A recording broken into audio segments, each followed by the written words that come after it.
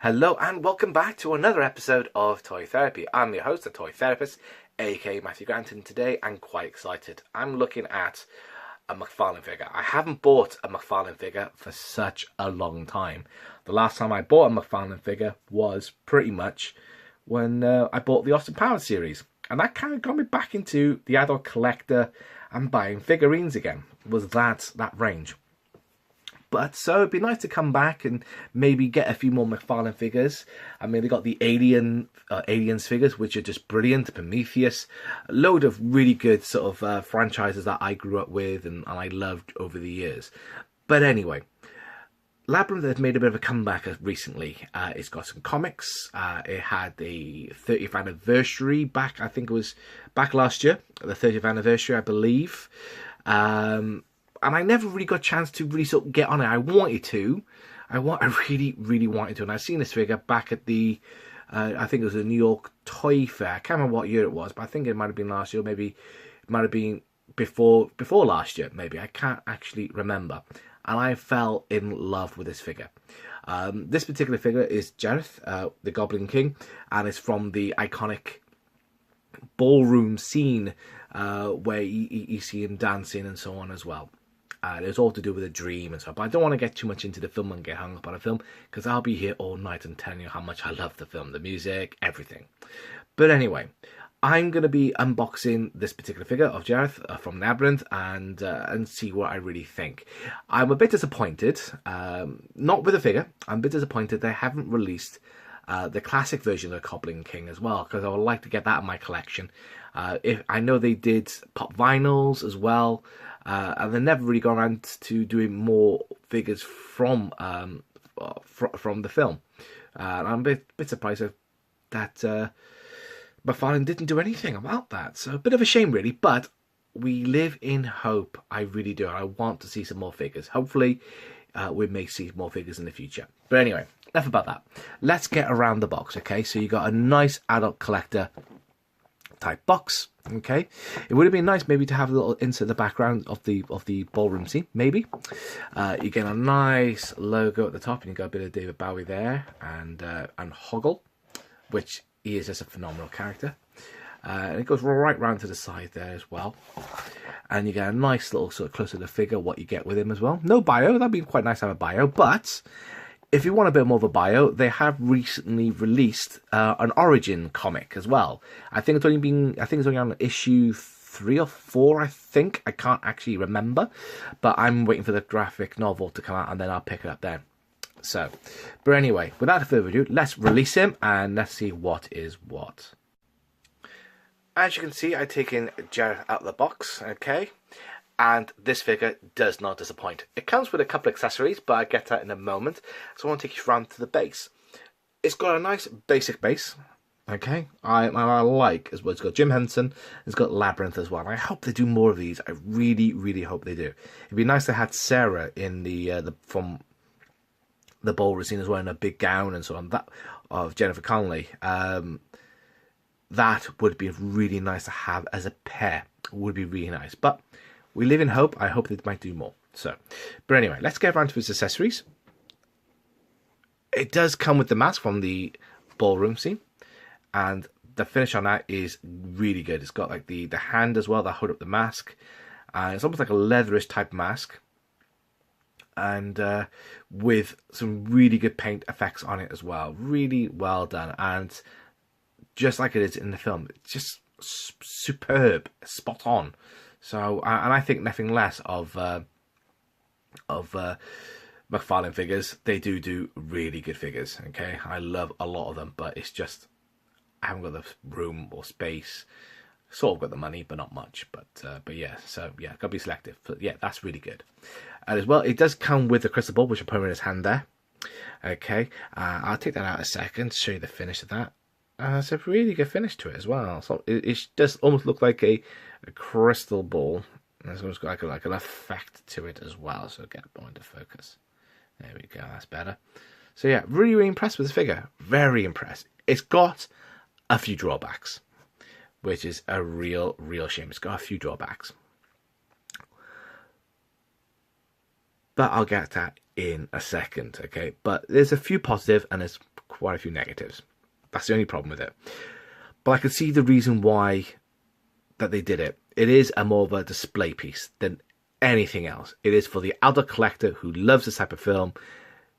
That's it. It's nothing more you can really do on that. Okay, so let's remove it from the base, which is got a nice, it's really sturdy base as well. Very sturdy. Sturdy. But yes. Let me just walk you through the posability, and this is where it fails. But even though it fails, I do not care about the fails. Okay, the posability of the arms are really good. That's one thing I will say, and it's got a nice sort of like, it's not ratchet joints, but it's got these little very fixable joints there, and that is really good. And you can get into really good positions with it all with the arms. They go up, not far, okay, and they do go all the way around, and that's on both of them. Okay, the head sculpt, or the head swivel, up and down. Not much in left to right because of these massive lapels. Okay, the legs. This is where the figure really is let down. There's no gut. There's no guts or waist swivel. Nothing. It's got a bit of. You can rotate the leg all the way around on both of them on the shin there. Okay, and that's it. Okay, you have got a bit of a knee, a little bit of a knee. But because of the coat and how thick this is, you can't really put it in any real positions. But the thing is that because of the base, if you use the base, you're going to be very restricted anyway. So I don't care about that. I really don't care. He stands up really quite well, but he works best with the base. Because the legs and the feet, they are a bit spindly. Okay, because David Bowie is a very sort of quite a tallish guy, and he's really thin. So they incorporated that and they use it to work in his advantage. But it has become a disadvantage as well. But don't forget though, people, this is not a real action figure, in my opinion. It isn't. It's more of a display piece, more of like a premium action figure.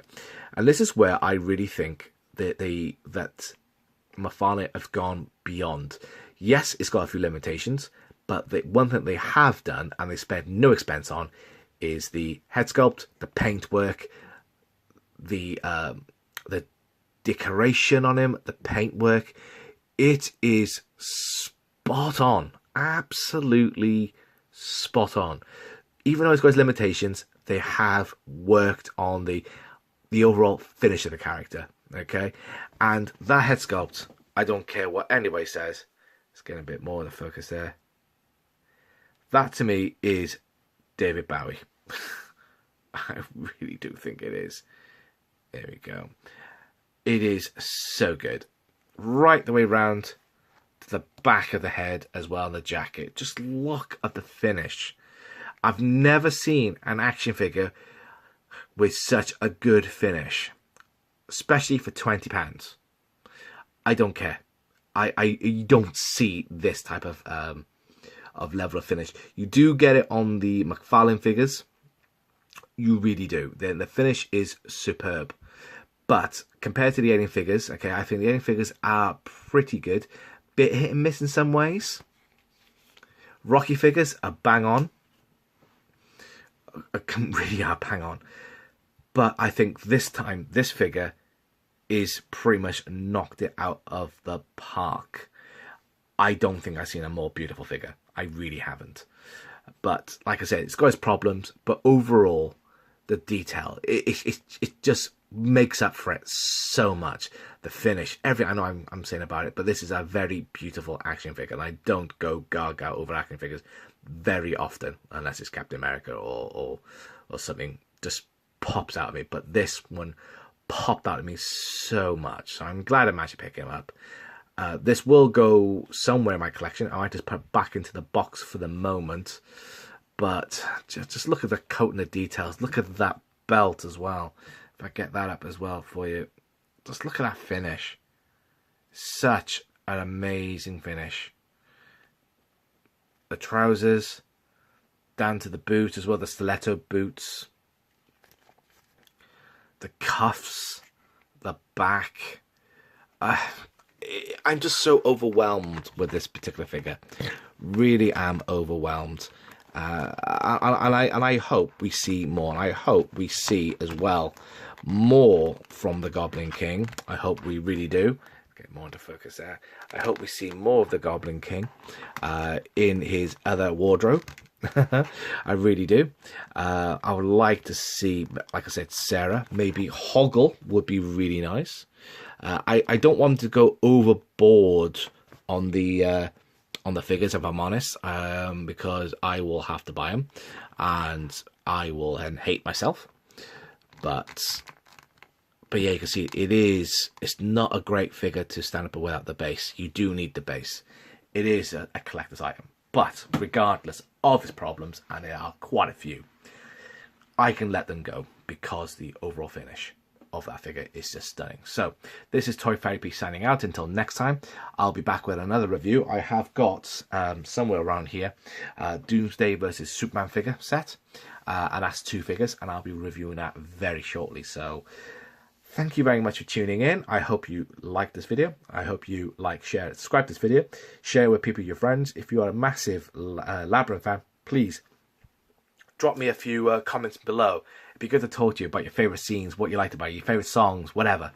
Drop me a message. It'd be really good to chat to you. But anyway, this is Toy Therapy signing out. Until next time, see you guys later. Bye. Bye.